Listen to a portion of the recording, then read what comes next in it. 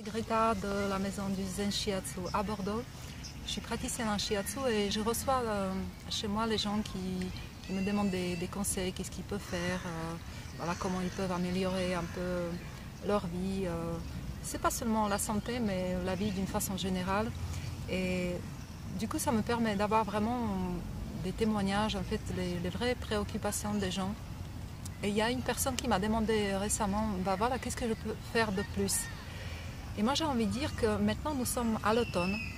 Et l'automne c'est une période qui est beaucoup détestée en fait, surtout plus on avance en âge, plus des gens n'aiment pas l'automne parce qu'effectivement c'est une période où il pleut beaucoup, il fait froid, il fait humide. Et puis on sent un peu inconsciemment ou peut-être même consciemment que la nature elle se prépare vers la mort. Il y a un enfant qui crie, je suis au parc bordelais. J'ai encore de la chance parce qu'il y a du soleil, il fait très très beau, mais bientôt ça va changer. Et je ne sais pas si vous avez remarqué, mais justement pendant cette période-là, on parle de la dépression saisonnière. Et il est vrai que les cabinets des psychiatres sont remplis du monde parce que voilà, tout le monde déprime à l'automne et tout.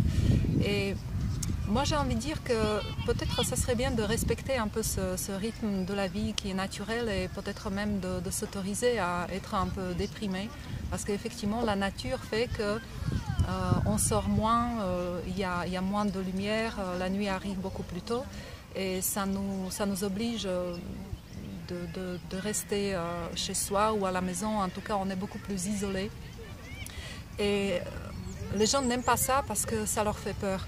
Effectivement, l'automne, c'est vraiment une période qui, dans la médecine chinoise, on parle de la préparation à la mort, c'est-à-dire qu'on se dirige vers quelque chose qu'on n'aime pas.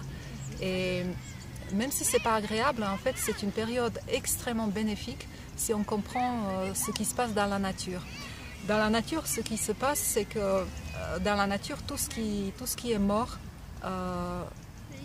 voilà, commence à s'en aller, c'est-à-dire quand vous observez les feuilles mortes qui tombent des arbres vers la terre, voilà, dans la nature il y a vraiment un débarras de tout ce qui n'est plus nécessaire, tout ce qui est mort, tout ce qui est un surplus, tout ce qui était en fait et n'est plus. C'est pour ça que nous pouvons ressentir une certaine tristesse, voire la nostalgie, même la déprime, parce qu'effectivement c'est une période qui nous oblige à intérioriser beaucoup plus. Alors c'est une très très bonne période et peut-être vous le faites instinctivement pour, je sais pas, pour faire la place, c'est-à-dire de se débarrasser dans votre maison des choses inutiles, de vider un placard, vraiment de se débarrasser des vieilles, je sais pas, des vieilles affaires que vous ne voulez plus. Il y a beaucoup de brocantes, vous voyez, les gens ils vident leur grenier. Et la question que je veux vous poser en fait, pourquoi si vous faites ça, par exemple si vous jardinez, vous faites la même chose, vous enlevez les feuilles mortes, etc. Pourquoi si vous faites ça dans votre maison, pourquoi ne pas faire ça aussi pourquoi ne pas faire ça aussi en ce qui concerne votre tête, c'est-à-dire vos idées, vos pensées, votre mental, ce qu'on appelle le mental et tout. Et pourquoi ne pas faire une liste des choses qu'il faudrait peut-être lâcher. Peut-être pourquoi sans arrêt comment dire, cuver, de stocker les choses, les personnes, les affaires, les projets qui n'ont plus lieu d'être et en les laissant en fait de se littéralement et métaphoriquement même fermenter dans la tête.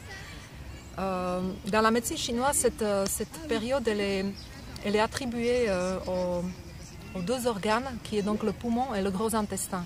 Vous savez que le gros intestin c'est le côlon, quoi. C'est vraiment quelque chose qui nous permet de nous débarrasser des déchets, c'est-à-dire des choses mortes. Cette séparation dans la nature elle est nécessaire pour faire la nouvelle place. Et pourquoi on ne le fait pas aussi dans notre vie? Pourquoi ne pas se poser justement pendant cette période qui est triste et qui nous oblige de rester peut-être seul, ne pas prendre une feuille de papier et de lister vraiment des choses dont je ne veux pas, dont je veux me séparer, dont je dois faire un deuil, oui, un deuil aussi par rapport aux personnes, au travail, aux projets, aux relations. C'est vraiment très très bénéfique. Alors pourquoi il y a autant de dépression pendant cette période-là? Parce que justement, cette période, elle nous fait un rappel. Si on traîne quelque chose continuellement depuis des années, quelque chose qu'on ne veut pas lâcher, et ben, pendant cette période-là, tout revient vraiment d'une façon multiple. Et est-ce qu'on peut faire quelque chose par rapport justement à ce tri mental pour que ça ne reste pas uniquement conceptuel? Parce que vous savez, moi je ne pense pas que mentaliser certaines idées ou la vie, hein, je dis que la vie elle ne se pense pas, elle se vit, et dans cette vie on a aussi notre corps physique. Et avec ce corps physique, on peut aider beaucoup à ce processus-là. Par exemple, on peut faire une petite cure, c'est déjà passé, c'était au mois de septembre qu'il fallait faire une cure de raisin. Mais pourquoi peut-être ne pas faire moins de choses au lieu d'ajouter des choses?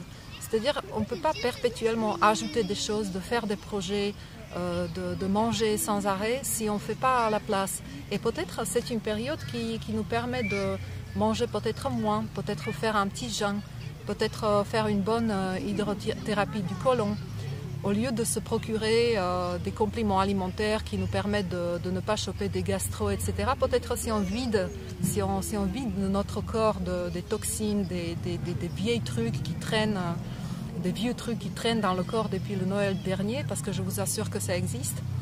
Voilà, peut-être en faisant moins, voilà, en courant moins. Je pense que c'est, franchement, si je dois donner un conseil à cette période-là, je dirais faites un tout petit peu moins, videz plus, faites la place, listez des choses. C'est vraiment un moment à se poser. Franchement, je ne sais pas ce qui peut vous empêcher, mais écrivez-le. Voilà, je ne veux plus de cette relation-là, je ne veux plus avoir le stress dans ma vie, je ne veux plus m'emporter. Vraiment, c'est comme un wish list, c'est-à-dire un liste de désirs, sans vraiment savoir comment vous allez y arriver. Faites justement, concrétiser ça en écrivant et vous verrez ce qui va se passer. Alors voilà, moi je vous ai dit dans la précédente vidéo que je vais organiser des stages, des ateliers, je ne sais pas encore sous quelle forme et je ne sais pas du tout si c'est pour vous, c'est vous qui enfin, je n'en sais rien, je m'adresse plutôt aux gens qui ont envie de faire quelque chose plutôt que de parler sans arrêt de quelque chose et de ne jamais rien faire.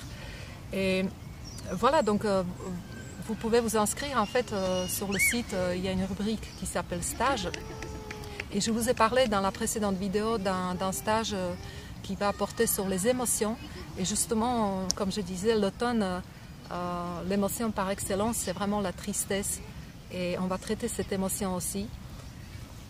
Enfin plein d'autres choses. Si ça vous intéresse, inscrivez-vous pour que vous ayez vraiment l'info, pour que vous ne cherchiez pas après, vous ne dites pas que voilà je ne savais pas, machin, etc. Donc voilà.